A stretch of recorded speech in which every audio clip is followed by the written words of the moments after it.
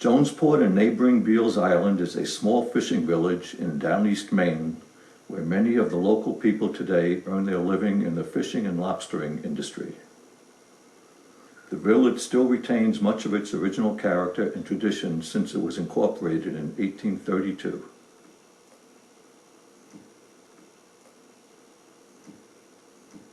One of those traditions is to celebrate the 4th of July in a big way, including beauty pageants, a church pancake breakfast, a road race, the world's fastest lobster boat races, arm wrestling, a grand parade with as many as 50 floats, a huge fireworks display, and an event that most people who don't live in Down East Maine ever heard of.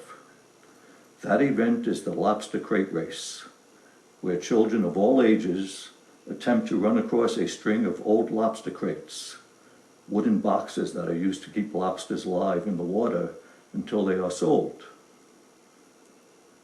The child that runs across the most crates without falling into the water wins the race.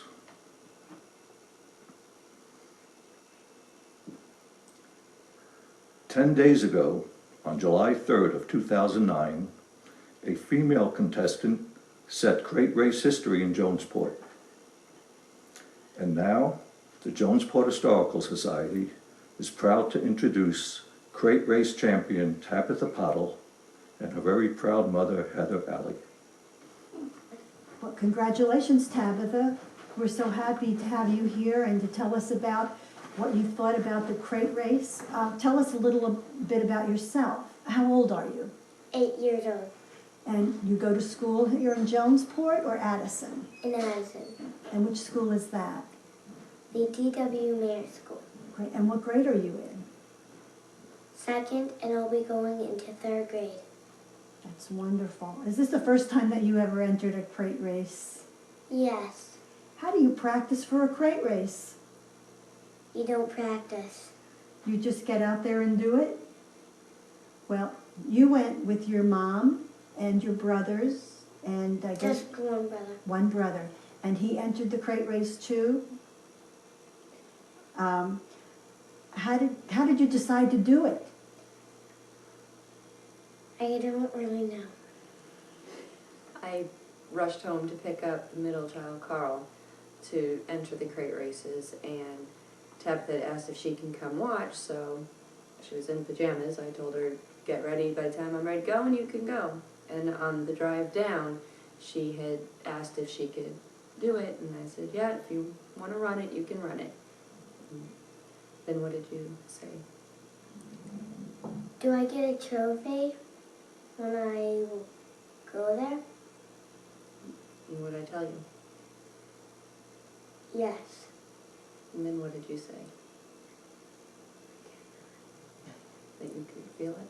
That I could feel it. Feel it in your feet, huh? Well, it looks like you're wearing another medal, and it looks like it was for running too. What is that about? It's about crate races. No, this one. It's about Cross country. cross country.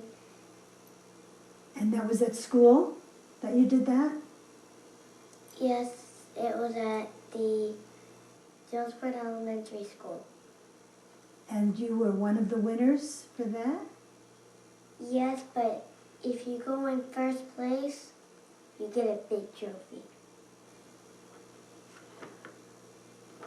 When we looked at the video of the race, there were some children that had fallen into the water, and they just before they even reached 10 crates. And they were older than you. Did you worry that maybe you'd fall in the water too, or did you think you could really get to the other side? I didn't really think anything. Just my brain was clear. Well, my mind was clear though. Well, you took a long running start. Was that your own idea, or did someone else suggest that to you? My mom did. She thought that would be a good idea to get a good head start? Yes. She was right. Well, there you were running all 50 crates. Did you know that you'd have to jump into the water and be picked up by the boat instead of running right straight to the dock? What did you think?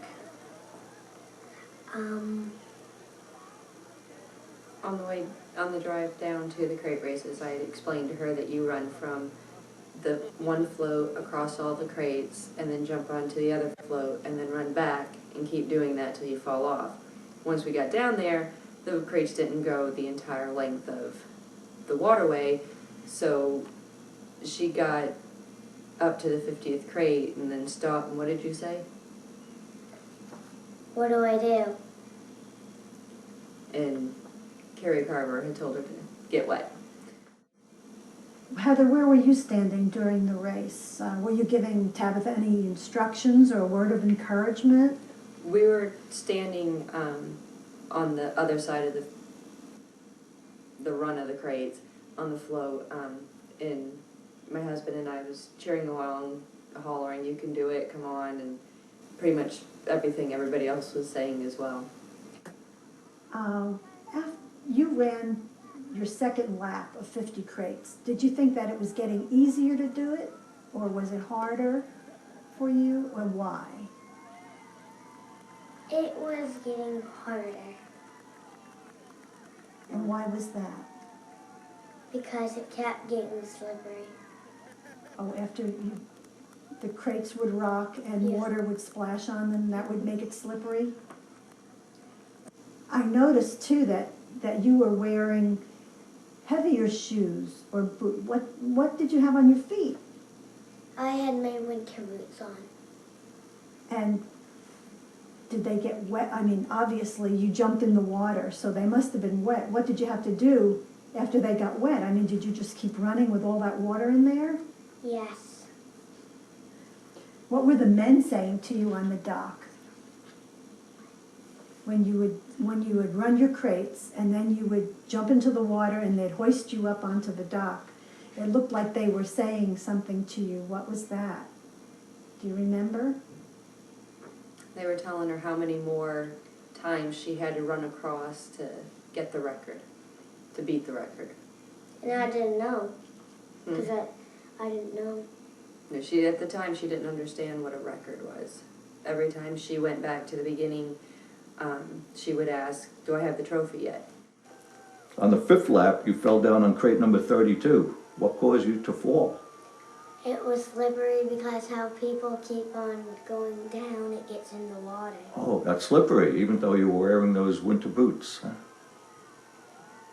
And once you get the one when they're wet, they even make it more slippery. And I bet those boots were getting heavy too.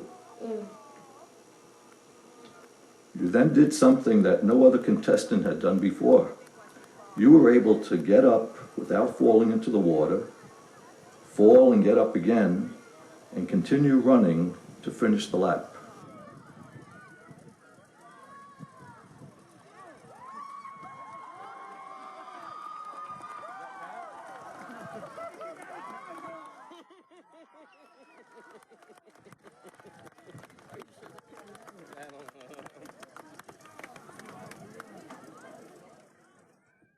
We know that you were cold and you were tired by the time you got to that 350.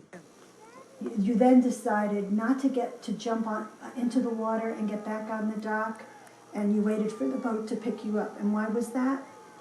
Because the guy on the boat nearest to the edge told me, if you want to, you can stand on the 5th crate, and you can wait until we pick you up.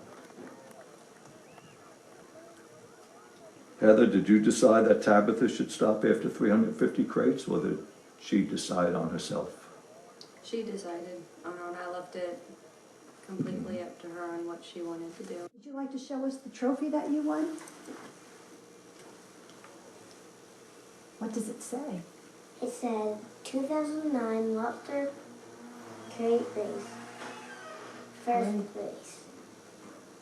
Wonderful. Well, congratulations to you again, and thank you, Heather Alley, for allowing the Jonesport Historical Society this interview with you and your daughter, Tabitha Pottle, the new champion of the Jonesport Lobster Crate Race.